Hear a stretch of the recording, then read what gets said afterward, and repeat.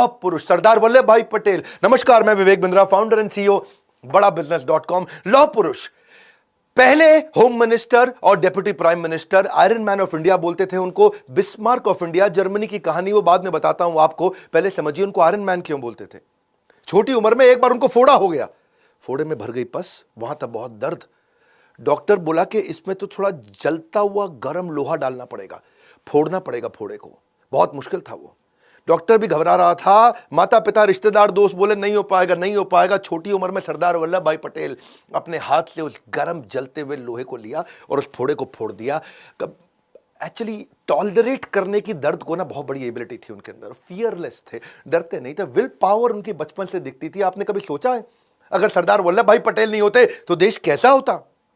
अगर आप कश्मीर से कन्याकुमारी या अगरतला से अहमदाबाद तक अगर आपको जाना तो कम से कम 7-8 बार वीजा लेना पड़ता। सोच रहे हो मेरी बात को? अगर नॉर्थ से साउथ की तरफ चल रहे हो, कितनी बार वीजा, कितनी बार परमिशन लेना पड़ता।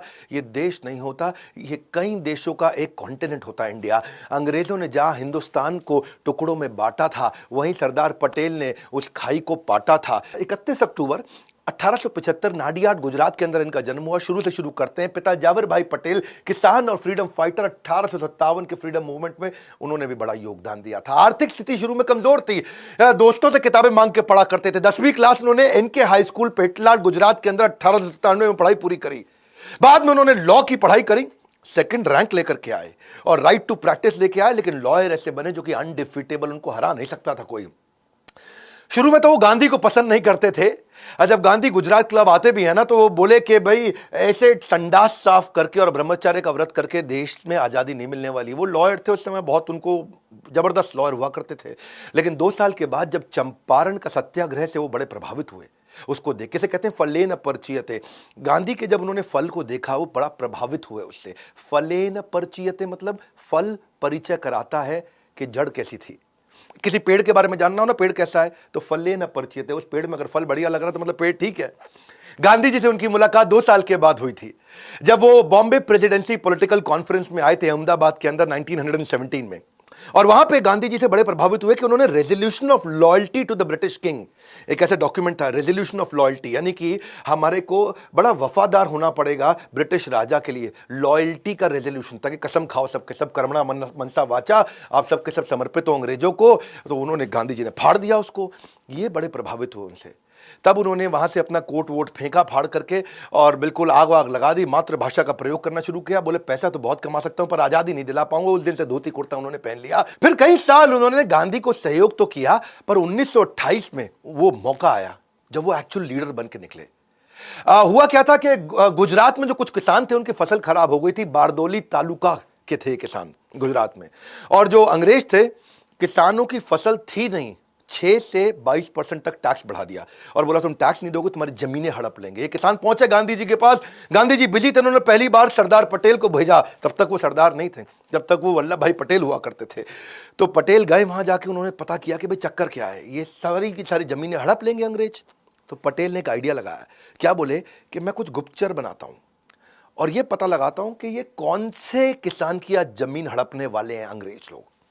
और इनको नियम मालूम था लॉयर होने के कारण कि या तो अंगूठा लगाएगा तब जमीन अंग्रेजों के नाम पे होगी, या साइन करेगा तब जमीन अंग्रेजों के नाम पे होगी। तो गुप्तचर से पता लगवाया कि आज कौन से किसान का घर नीलाम होने वाला है।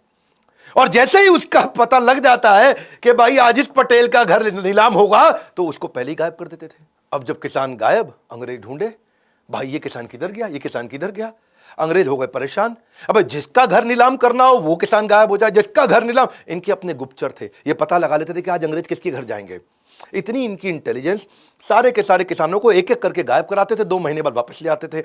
अंग्रेज परेशान हो गए, भाई ना तो उनको मिल रहा टैक्स, ना उनको मिल रही जमीन। वो घबरा के उन्होंने माफी मांग ली। उन्होंने कहा कि भाई ठीक है 22% से वापस 6% ले आते हैं, कम से कम टैक्स तो मिलेगा। बारदौली की औरतें बहुत खुश हुई। वो बोली कि अब आज से आप केवल वल्लभ भाई पटेल नहीं, आज से आप सरदार वल्लभ भाई पटेल हैं। सरदार मतलब चीफ और लीडर ऑफ अ कम्युनिटी। किससे तो बहुत हो सकते हैं सरदार पटेल के, पर वो पहले प्रधानमंत्री क्यों नहीं बने। वहां से शुरू करते हैं। ये डिफाइनिंग मोमेंट है जिससे आपको उनका कैरेक्टर पता चलता है। बात 1946 की है। अंग्रेज वर्ल्ड वॉर 2 के बाद कमजोर पड़ चुके थे। आप जानते थे ना सुभाष चंद्र बोस जी जो करके गए, पिछला वीडियो तो आपने देखा है। अब अंग्रेजों ने डिसाइड कर लिया कि अब भारत को देने वाले हैं शासन वापस और हम चलेंगे अपने घर की तरफ। अब उसके लिए एक इंटरनल वर्किंग कमेटी कांग्रेस की बना ली गई और यह डिसाइड हुआ कि इस बार जो 1946 में अध्यक्ष चुना जाएगा वो पहले इंडिपेंडेंट कंट्री इंडिया का पहला प्राइम मिनिस्टर वही बनेगा। तो नया अध्यक्ष चुनना था। वर्किंग कमेटी में गांधी जी ने बोला चलो वोटिंग करा लेते हैं। वोटिंग कराया तो रूल यही है कि प्रांतीय कमेटी जितनी होती थी पूरे इंडिया में, जो अलग अलग रीजन से, अलग अलग स्टेट से, सब लोगों को चुनना था कि भाई वर्किंग कमेटी में आप किसको डिसाइड करोगे। तो वर्किंग कमेटी में गांधी, नेहरू, सरदार पटेल, आचार्य कृपलानी, राजेंद्र प्रसाद, खान अब्दुल गफ्फार खान, ये सब हुआ करते थे। और सारी प्रांतीय कमेटियों ने जब अपने अपने वोट दिए तो उस दिन वर्किंग कमेटी की मीटिंग जहां बैठी और वहां सब खोल के चेक किया गया तो कृपलानी हैरान हो गए और उन्होंने कहा कि एक्चुअली नेहरू के नाम पे किसी ने वोट नहीं किया पूरे देश में। 15 में से 12 लोगों ने सरदार पटेल के नाम पे किया, 2 लोगों ने कृपलानी के नाम पे किया और 15वें का पता ही नहीं चला। अब इसमें जब गांधी ने देखा कि भाई सारे के सारे सरदार पटेल को एक्चुअली वोट इसलिए करते थे क्योंकि उनकी ऑपरेशनल कैपेबिलिटी अच्छी थी, पूरे देश में उनका एक्सेप्टेंस था, सारे के सारे देश के लीडर्स उनको बड़ा मानते थे। अब वर्किंग कमेटी ने कहा कि ठीक है, प्रांतीय कमेटी ने जो किया, गांधी जी आपका क्या विचार है। गांधी जी ने वहीं पर तुरंत नेहरू से पूछा कि मैं नेहरू, तुम्हारे लिए किसी ने वोट नहीं किया, सबने सरदार पटेल के लिए वोट किया है, तुम्हारा क्या विचार है। गांधी जी ने औपचारिकता के लिए पूछ लिया तुम्हारा क्या विचार है। नेहरू ने कोई जवाब नहीं दिया। नेहरू ने मुंह नीचे कर लिया और मुंह नीचे करके चुप हो गए। गांधी जी ने बोला बोलो, उन्होंने मुंह नीचे ही रखा और जवाब नहीं दिया। गांधी जी को समझ आ गया कि नेहरू दूसरे नंबर की पोजीशन को एक्सेप्ट नहीं करना चाहते, प्रधानमंत्री वही बनना चाहते हैं। अंदर से गांधी की भी इच्छा थी कि इसको प्रधानमंत्री बनाया जाए। तो गांधी ने एक कागज निकाला और कागज पे कुछ लिखा, उसको फोल्ड करके वहीं सरदार पटेल को दे दिया। सरदार पटेल ने जैसे ही कागज खोला तो उन्होंने कागज फोल्ड करके वापस अपने जेब में रख लिया और वहीं उन्होंने बोला कि मैं अपनी दावेदारी अध्यक्ष के पद से वापस लेता हूं। सब देखने लगे सरदार पटेल को, सब समझ गए कि गांधी जी ने मना कर दिया कागज पर लिख के और उन्होंने अपनी दावेदारी तुरंत वापस भी ले ली। अब बात यह है कि सरदार पटेल उस एकलव्य की तरह थे और गांधी उस द्रोणाचार्य की तरह थे जो अपने अर्जुन नेहरू प्राइवेटली उसी को आगे बढ़ाना चाहते थे। और नेहरू क्योंकि अध्यक्ष बनना चाहते थे, बाद में जब यह डिसाइड हो गया कि यही प्राइम मिनिस्टर बनेंगे आगे चल के, तो कुछ पत्रकारों ने आकर के पूछा भी गांधी से कि जब पूरा देश चाहता था कि सरदार पटेल को ही प्रधानमंत्री बनाया जाए, उन्हीं को अध्यक्ष बनाया जाए ताकि वो प्रधानमंत्री बने, क्या आपको विश्वास नहीं था सरदार पटेल की कैपेबिलिटीज पे। गांधी बोले नहीं, विश्वास तो पूरा है, लेकिन दूसरे नंबर का पोजीशन नेहरू एक्सेप्ट नहीं करते। तो बोले तो कोई बात नहीं, पूरा देश तो सरदार पटेल को चाहता था। बोले सरदार पटेल तो मेरी बात मान जाते हैं ना, नेहरू मानता नहीं। और नेहरू जो है ना, उसके साथ दिक्कत यह, अगर वो नहीं मानता और वो कांग्रेस तोड़ देता तो अंग्रेज उसका बड़ा फायदा उठा लेते हैं। Nehru is the only English man, Nehru ही एक अकेला इंग्लिश मैन है हमारे देश के अंदर जो जाके अंग्रेजों के साथ बातचीत कर लेगा। वो अपना बढ़िया सफारी सूट पहन के, हाथ में पाइप लेके, यहाँ गुलाब का फूल टांग के आगे चलेंगे। एक्चुअली पहले भी 1929 में, 1936 में, 1939 में भी गांधी ने सरदार पटेल को पीछे किया था। तेजस्वी मान अपना खोजते नहीं है, अपनी पैरवी बतलाकर पाते हैं जग में सम्मान, प्रचंड कर्म दिखलाकर। ऐसे थे सेल्फलेस और निस्वार्थ सरदार पटेल। पार्टीशन के समय में माउंटबेटन ने डिसाइड किया कि एक कमेटी बनाते हैं और डिसाइड करते हैं। देखो, ये पार्टीशन जो था ना, ये एक ऐसा स्टार्टअप का डीमर्जर हो रहा था, एक तरह से समझो। 2 नए देश बनने वाले थे और जैसे समझो जब हीरो और होंडा अलग हुए तो डिसाइड करना था कि भाई हीरो के पास क्या जाएगा, होंडा के पास क्या जाएगा। वो डीमर्जर हो रहा है। मैन पावर किसके पास जाएगी, कैश एंड सरप्लस किसके पास जाएगा, रिजर्व्स किसके पास जाएंगे, लायबिलिटी किसके पास आएगी, प्लांट किसके पास जाएगा, मशीनरी किसके पास जाएगी, जमीनें किसके पास जाएंगी। ऐसे ही माउंटबेटन ने डिसाइड करना था कि मेरे को यहाँ से भारत की तरफ से और पाकिस्तान की तरफ से, दोनों की तरफ से मुझको एक एक लीडर चाहिए इस मीटिंग में जो नेगोशिएट करेगा।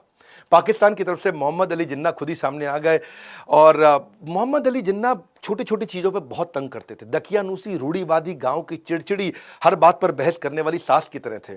और नेहरू जानते थे कि इतना नेगोशिएट हमारी तरफ से तो खाली सरदार पटेल कर सकते हैं, तो उन्होंने सरदार पटेल को आगे कर दिया। अब हर एक चीज़ पे बहस होने लगी। वो 3 महीने बड़े अजीबोगरीब गए।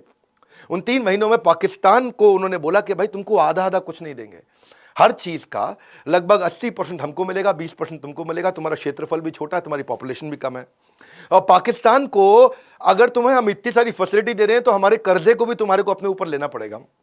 तो ये थे सरदार पटेल, जिन्होंने बड़ा अच्छा नेगोशिएशन कराया कि भाई कैश में सोना चांदी, डाक की टिकटें, पोस्टल रेवेन्यू स्टैंप, ये सब कैसे डिवाइड किए जाएंगे। 400 करोड़ रुपया उस समय भारत के पास हुआ करता था। तो जिन्ना ने बोला कि भाई आधा आधा कर दो, 200 तुम रखो 200 हम रखेंगे। सरदार पटेल बोले नहीं, तुमको 75 करोड़ ही मिलेंगे, क्योंकि तुम्हारी जनसंख्या और खर्च दोनों ही कम है हमसे, तो उसमें से 20 करोड़ तुमको अभी दे देंगे, 55 करोड़ बाद में दे देंगे। जिन्ना चालाक थे, एक मौका भी नहीं छोड़ना चाहते थे। बोले मुझको करेंसी प्रिंटिंग मशीन भी दे दो। सरदार पटेल बोले अपना देश बना रहे हो, हर चीज मांगोगे क्या, भिखारी हो, अपनी प्रिंटिंग मशीन खुद ही बना लो वहां पे जाकर के, तब तक जितने नोट चाहिए हमसे ले जाना, काम चला लेना। जिन्ना बोले कोई बात नहीं, चलो आईबी दे दो, अपना इंटेलिजेंस ब्यूरो मेरे को दे दो, उसको भी आधा आधा डिवाइड करेंगे। सरदार पटेल बोले भैया ऐसा है, सुनो, देश का बंटवारा हो रहा है, राज का, हमारे सीक्रेट्स का बंटवारा नहीं हो रहा। क्योंकि जानते थे सरदार पटेल, अगर इंटेलिजेंस ब्यूरो उनको दे देंगे तो ये सारे हमारे इंटेलिजेंस ब्यूरो के राज लेकर के फिर हमको नुकसान करेंगे। माउंटबेटन जो थे वो बोले मेरे पास 2 गाड़ियां हैं, चलो उनको भी रख लो। एक गाड़ी सोने की थी, एक चांदी की थी। तो जिन्ना जो है अपना लाठी घुमाते हुए जा करके सोने की गाड़ी का दरवाजा खोले, उसमें जाके बैठ गए, सोने वाली तो हम ही लेंगे। सरदार पटेल देखिए यार, ये आदमी तो हर चीज में चिढ़ेगा। सरदार पटेल ने बोला नहीं देते तुमको, एक काम करो, चलो टॉस करो, सिक्का उछाल लो, हेड टेल, देखते हैं किसके हाथ में सोने की आती है चांदी की आती है। माउंटबेटन ने सिक्का उछाला और बोला हेड टेल। सरदार पटेल ने बोला हेड, तो वो जीत गए। सोने की गाड़ी भारत को मिल गई, चांदी की उनको मिल गई, भाई पाकिस्तान को। सरदार पटेल जिन्ना को समझ चुके थे। जिन्ना ने बंटवारे के बाद भी तंग किया। सरदार पटेल उनको एक साथ पैसा भी इसलिए नहीं दे रहे थे कि इनको एक बार में पैसा दूंगा तो ये बाद में मुझको तंग करेगा। तो 75 करोड़ में से खाली 20 ही दिया था। गांधी जी बोले बाकी पैसा उनको दे दो। बंटवारे के बाद उन्होंने देखा कि जब जिन्ना दोबारा से आतंकवाद की सारी हरकतें उन्होंने शुरू कर दी, सरदार पटेल ने बोला अब तो पैसा नहीं दूंगा। गांधी जी बोले ठीक है, मैं अनशन कर लेता हूं। सरदार पटेल समझ रहे थे, गांधी जी बात बात पे अनशन कर रहे थे, वो उनके जाके चरण भी छूते, नहीं नहीं गांधी जी माफ करिए, मैं दे दूंगा, ये हमको भी तंग करेंगे। और सरदार पटेल सरदार भी थे, एकदम बहुत मजबूत भी थे। तो वो एक ऐसे व्यक्ति थे जो सारे माहौल के हिसाब से काम करते थे। कलकत्ता में इन्होंने दोबारा दिक्कतें करी, 5000 लोग वहां मारे गए, हिंदू मुसलमान के झगड़े हो रहे हैं। 7 सितंबर 1947 को उन्होंने एक आदेश दे दिया, दंगाइये को देखते गोली मार दो। हाँ, यहां पे लाहौर को, मैं दिल्ली को एक और लाहौर नहीं बनने दूंगा, क्योंकि वो मानते थे कि एकता ही देश की तकदीर है, और जिसमें एकता नहीं है वो देश तो फकीर है।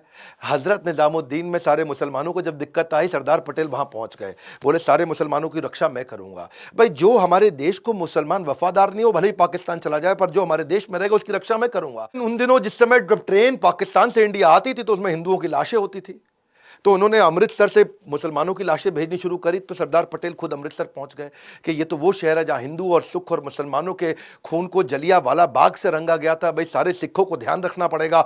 और जाकर के उन्होंने वहां भी बोला कि भाई मुसलमानों को अब नहीं मारेंगे। समूहम सर्वभूतेषु, सरदार पटेल ऐसे व्यक्ति थे जो मुसलमान और हिंदुओं सबकी रक्षा करना चाहते थे। बेसिकली इनके कॉन्ट्रीब्यूशन में जो हिस्सा था ना, वो जो 565 रियासतें इन्होंने जोड़ी, सबको जोड़ करके भारत को अखंड बनाया, जो नेगोशिएशंस किए, वो सरदार पटेल का बहुत बड़ा कंट्रीब्यूशन था। ये साम दाम दंड भेद तीनों चारों किया करते थे। बातचीत की नीति हो गया साम दाम, भाई बातचीत करके 561 रियासतें इन्होंने साथ में कंट्रोल कर ली। जो नहीं माना जूनागढ़, तो वहां जाके भेद कर दिया जूनागढ़ के अंदर। जो बिल्कुल नहीं माना जैसे कि हैदराबाद, वहां जाके उनको दंड दिया। ऐसे व्यक्ति थे सरदार पटेल के, डसते नहीं थे, फन दिखा के डरा देते थे। जोधपुर जूनागढ़ में बड़ी दिक्कत आई। जोधपुर के राजा थे, वो सारी 22 की 22 रियासतें पूरे राजस्थान की, ग्रेटर राजस्थान की, वो जोधपुर से इन्फ्लुएंस थी, क्योंकि जोधपुर बहुत बड़ा था। और वहां के जो राजा हनवंत सिंह थे, 1947 में वो धौलपुर के महाराज नवाब की मदद से, जो भोपाल वाले थे, उनकी मदद से जाके जिन्ना से मिले और जिन्ना के साथ उन्होंने नेगोशिएशन कर लिया। और जिन्ना ने उनको कन्विंस कर लिया कि भाई तुम, मैं कोरे कागज पे साइन करके दे देता हूं तुमको, महाराज हनवंत सिंह ऑफ जोधपुर, जो तुमको चाहिए मुझसे ले लो। और डिसीजन ये हो गया कि कराची का बंदरगाह की सुविधा दे देंगे आपको, रेलवे के आने जाने की सुविधा दे देंगे, अनाज और शस्त्रों के इंपोर्ट एक्सपोर्ट की पूरी सुविधा दे देंगे। तो इनको इतना कंफर्ट आ गया, बोले हम तो जा रहे हैं पाकिस्तान में। और जोधपुर के इन्फ्लुएंस के चक्कर में राजस्थान की जो बाकी 21 रियासतें थी, वो भी जोधपुर के पीछे पीछे चलती थी। उन्होंने भारत के साथ जुड़ने को मना कर दिया। सरदार पटेल के लिए बहुत दिक्कत आ गई। सरदार पटेल ने जो वीपी मेनन, ये वीपी मेनन पे एक वीडियो बनाना बनता है, बहुत जबरदस्त आदमी थे उनके टाइम के। उन्होंने उसको भेजा कि जाओ भैया तुम जोधपुर के महाराज से जाके मिलो और उनको बोलो इंस्ट्रूमेंट ऑफ एक्सेशन पे साइन कर दो, तुम भारत के साथ ही रहने वाले हो। जाके वहां वीपी मेनन पहुंचे तो जोधपुर के महाराजा ने रिवॉल्वर लगा दी उसके गले पे, बोला तुझको तो खत्म कर दूंगा। बेचारा वीपी मेनन वापस आया, समझ में आया इनको कि भाई सरदार पटेल को सुनने नहीं वाला। तो मैंने बताया ना, ये फन दिखा के डराते थे। इन्होंने जोधपुर के राजा को बोला दिल्ली आओ मुझसे मिलने के लिए। जोधपुर के महाराज जब दिल्ली पहुंचे, हनुमंत सिंह को मिलने के बाद बोले कि तुम्हारे जो पिता है ना, वो मेरे बहुत अच्छे दोस्त थे और तुम्हें मेरी देख रेख में छोड़ के गए हैं, और मेरी बात समझ लो, अगर तुम ऐसे नहीं मानोगे तो पिता के रूप में आकर के ऐसा दंड दे के तुम्हें सुधारूंगा, अकल आ जाएगी तुमको। और उनको, क्योंकि ना इनको मालूम था कि जैसलमेर, बीकानेर, ये सब कोई साथ में नहीं आया और ये पाक के साथ जाके मिल गया। अगर पाकिस्तान के साथ और राजस्थान पाकिस्तान के पास चला जाता तो पूरा राजस्थान मिला के पाकिस्तान दिल्ली के नजदीक आता, और किसी देश की राजधानी अगर बाजू वाले देश के बिल्कुल नजदीक हो तो देश की राजधानी पर खतरा बढ़ जाता है। तो इन्होंने उनको समझाया जोधपुर के राजा को, भाई मेरी बात सुन, तेरे जो जनता है ना वो तेरा साथ नहीं देगी, सारी जनता तेरी हिंदू है, और पाकिस्तान के साथ जबरदस्ती जोड़ा तो जनता समेत मैं तेरे खिलाफ खड़ा हो जाऊंगा, खत्म कर दूंगा। तो नतीजा बाद में यही निकला कि इन्होंने साइन कर दिया, बोला ठीक है जी सरदार पटेल जी, माफी मांगता हूं, सारी 21 रियासतें इनके साथ वापस आ गई। इधर पूरा राजस्थान कंट्रोल में आया, लेकिन गुजरात का जूनागढ़, वहां हो गई दिक्कत, क्योंकि जूनागढ़ में पॉपुलेशन तो हिंदू की थी, राजा मुसलमान था। वो बोला हम पाकिस्तान से मिलेंगे। बिना लड़े सरदार पटेल ने वीपी मेनन को फिर बोला, जाओ भैया जूनागढ़ पहुंच जाओ, इस बार मैं लड़ूंगा नहीं। बिना लड़े कैसे करेंगे, इसे बोलते हैं कूटनीति। बोला राजा से मत मिलना, जागीरदारों से मिलो। ऊपर राजा है, नीचे जागीरदार है छोटे छोटे, उनसे जाके मिलो, उनको जाके भड़का दो और जाकर के क्या बोलो, उनको बोलो कि तुम्हारा मुस्लिम नवाब मुस्लिम मुल्क के चंगुल में तुम सबको फंसवा देगा, तुम सारे हिंदू हो, तुम्हारा नवाब मुसलमान, वो देश मुसलमान, तुम सब फंस जाओगे। जैसे ही ये बोला तो वहां विद्रोह चालू हो गया। सारे जागीरदार राजा को बोलने लगे, मुस्लिम नवाब को, वहां पे हम नहीं जाएंगे पाकिस्तान में। और बिना लड़े इन्होंने क्या बोला, कूटनीति से चलो वोटिंग करा लो। जब वोटिंग कराया गया 1948 के अंदर जूनागढ़ में, तो इंडिया के लिए उनसे पूछा किसको वोट दोगे, इंडिया में रहोगे कि पाकिस्तान में रहोगे, तो 1,19,000 लोगों ने भारत के लिए वोट किया, केवल 91 लोगों ने पाकिस्तान के लिए वोट किया। यहां से जूनागढ़ वापस आया। हैदराबाद में ज्यादा दिक्कत थी, क्योंकि हैदराबाद बड़ा बहुत था, वो इतना बड़ा था, आज का हैदराबाद नहीं है, आंध्र प्रदेश, तेलंगाना, कर्नाटका, मध्य प्रदेश, छत्तीसगढ़ के काफी इलाके हैदराबाद में आते थे। हैदराबाद भारत देश का पेट था, पेट का बन चुका था कैंसर, और जो वो हैदराबाद के निजाम का सलाहकार था वो बहुत पागल आदमी कासिम रिजवी, उसके साथ दिक्कत। 12 जून 1947 को भारत आजाद हुआ नहीं, उसने पहले ही अपने आप को घोषित कर दिया हम आजाद हो चुके हैं। अब कितना सरदार पटेल उनको समझाए, ये उल्टा धमकी दे दे। ये बोले हम सबसे अमीर हैं, सबसे शक्तिशाली हैं, वास्तव में शक्तिशाली थे, और हमारे पे कोई कब्जा कर नहीं पाएगा, और भारत तुम्हारी क्या औकात, हम सेपरेट देश हो चुके हैं। अच्छा, पटेल युद्ध करना नहीं चाहते थे, क्योंकि वैसे ही इंडिया पाकिस्तान का बहुत जरा टसल चल ही रहा था, और ये लेकिन हैदराबाद वाले मान नहीं रहे। इन्होंने पाकिस्तान को 20 करोड़ रुपया उधार दे दिया, पाकिस्तान को और एम्पावर किए जा रहे थे, और ताकि पाकिस्तान कश्मीर में लड़ने के लिए भारत के खिलाफ हथियार खरीद सके। हिंदुओं का बलात्कार कर रहे, हत्या कर रहे, लूटपाट कर रहे, तो हैदराबाद एक ऐसा कैंसर था। अच्छा, इन्होंने कई डिस्कशन कर ली वहां निजाम के साथ में, और कई बार उन्होंने अग्रीमेंट ब्रेक कर दिया। आखिरी बार बोला सरदार पटेल ने, खत भेज रहा हूं तुमको, आखिरी मौका दिया जा रहा है। निजाम जब नहीं माने, पटेल ने सैन्य कार्रवाई का आदेश दिया। 5 दिन लड़ाई हुई, 5 दिन में हैदराबाद की फौज ने घुटने टेक दिए, हैदराबाद पूरे देश के अंदर वापस आकर के मिल दिया। इसी तरह कश्मीर में दिक्कत आ रही थी। अब कश्मीर में दिक्कत क्या थी, वहां के राजा थे हरि सिंह, वो कहते भाई हम भी नहीं मानेंगे, है जी, हमाऊ अलग देश, है जी, हमारा ही अलग देश हो गया। राजा हरि सिंह बोले यार मेरा तो प्लान ही अलग है, मैं इसको स्विट्जरलैंड बना दूंगा, कश्मीर बड़ा खूबसूरत है, इसको स्विट्जरलैंड बनाऊंगा, मेरी ज्योग्राफिकल कंडीशन बहुत अच्छी है। लेकिन हुआ क्या, अभी तो वो आके भारत में मिले नहीं थे। हुआ ये कि वहां से वो इंडिपेंडेंट रहना चाहते थे, वहां से पाकिस्तान ने क्या गलती कर दी, 22 अक्टूबर 1947 को कबालियों के माध्यम से उन्होंने जेएनके पे हमला कर दिया, और कश्मीर के जो लोकल मुस्लिम थे वो कबालियों के पाकिस्तानियों के साथ मिल गए, और जैसे ही वो पाकिस्तान के साथ मिल गए, राजा हरि सिंह या बहुत दिक्कत में आ गए। अब मौका ढूंढते सरदार पटेल, बिना लड़े इस बार फिर उन्होंने कहा वीपी मेनन जाओ जम्मू पहुंच जाओ, और जम्मू गए, वीपी मेनन को भेजा वहां जाकर के, और उनको बोला हम है ना आपकी सहायता करने के लिए। और वीपी मेनन आ गए, बोले ये जितने कबालिए हैं ना इन सबको ऐसे उड़ा देंगे 2 मिनट में, तुम बिल्कुल टेंशन मत लो, तुम खाली कागज साइन कर दो कि तुम भारत के साथ रहोगे।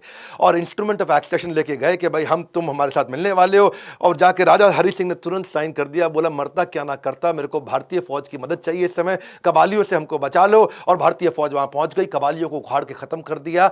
ये ऐसे व्यक्ति थे सरदार पटेल, इन्होंने पूरे भारत को एक किया, एक धागे में पूरे भारत को जोड़ दिया। आज हमारा भारत इतना बड़ा समृद्ध शक्तिशाली है। यहाँ की मैनेजमेंट ऑपरेशंस को तेज किया।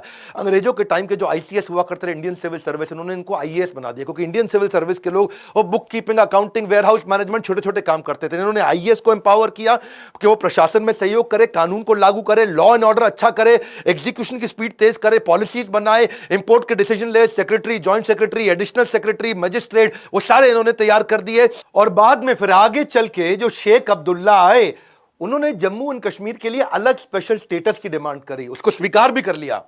लेकिन सरदार पटेल जानते थे कि आज ये इंडिपेंडेंट स्टेटस मांग रहे हैं, आगे चल करके ये इंडिपेंडेंट कंट्री बनने की कोशिश करेंगे। हुआ भी यही।